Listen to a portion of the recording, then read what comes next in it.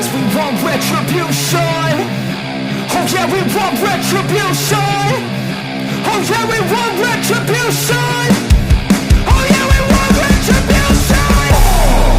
Yeah, we ran out of patience. Boil up with the cold hard hatred. I can feel the vibration. Feet in the streets, it's a new sensation.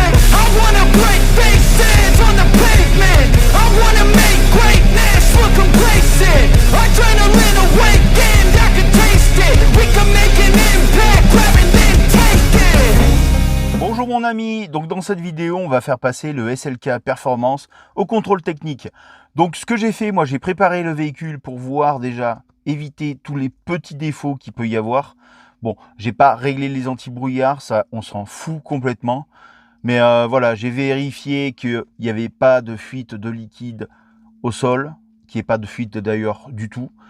J'ai vérifié aussi que voilà, les pneus ne soient pas usés anormalement, tout ce genre de choses.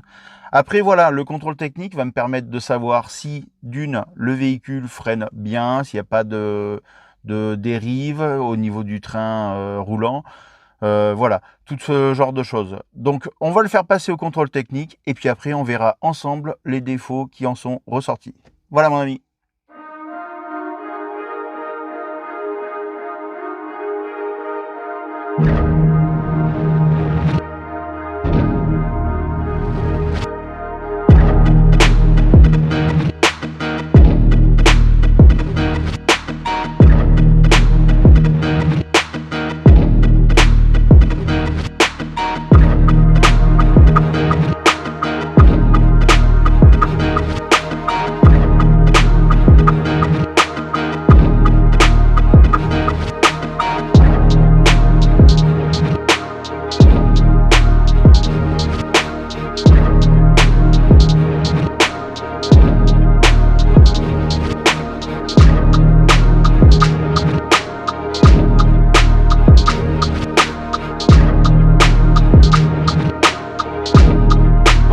Qu'est-ce qu'il en ressort du contrôle technique du SLK Performance?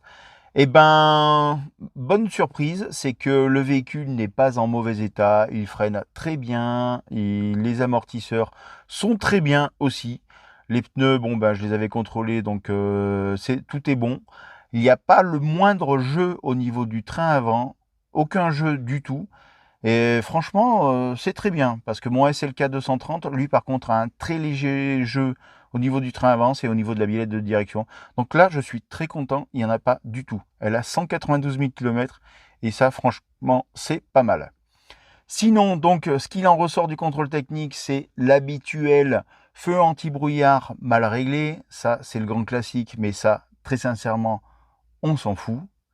Parce que franchement, mal réglé, j'ai jamais eu qui que ce soit qui m'a fait des appels de phare parce qu'il se prenait les anti-brouillards dans la figure. Donc franchement, un intérêt à ça, à part pouvoir avoir un contrôle technique avec marqué vierge, sinon, voilà. Sinon, donc, voilà, le SLK Performance ne passe pas au contrôle technique. Pourquoi? Il y a un problème au niveau de la pollution. Donc pas au niveau de la sonde lambda, le mélange est très bon à la sortie, mais c'est plutôt à l'entrée du moteur que ça se fait mal. Le CO2 n'est pas bon, parce que le CO2, pour info, normalement il devrait être à 0,5 et je suis à 0,6. Donc j'ai vu avec le contrôleur technique, c'est un problème en fait de débitmètre d'air. Enfin, c'est un problème d'alimentation en air du moteur. Donc moi je pensais déjà au départ que c'était un problème au niveau du débitmètre d'air. Donc on va regarder à ce niveau-là. On regardera peut-être en amont, mais le filtre à air a été changé, il est nickel. Donc je pense qu'on regardera d'abord au niveau du débitmètre et puis après peut-être au niveau du compresseur si jamais le compresseur ne souffle pas correctement pour avoir un bon mélange d'air.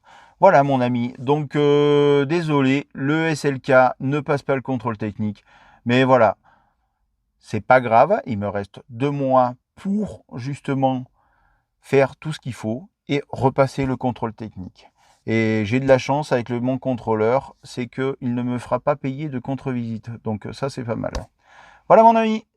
Voilà les amis, j'espère que cette vidéo vous aura plu. Si c'est le cas, n'hésitez pas à mettre un petit like et puis pourquoi pas, bien sûr, vous abonner. Je vous dis à très bientôt. Ciao! 'Cause I've been living life right like I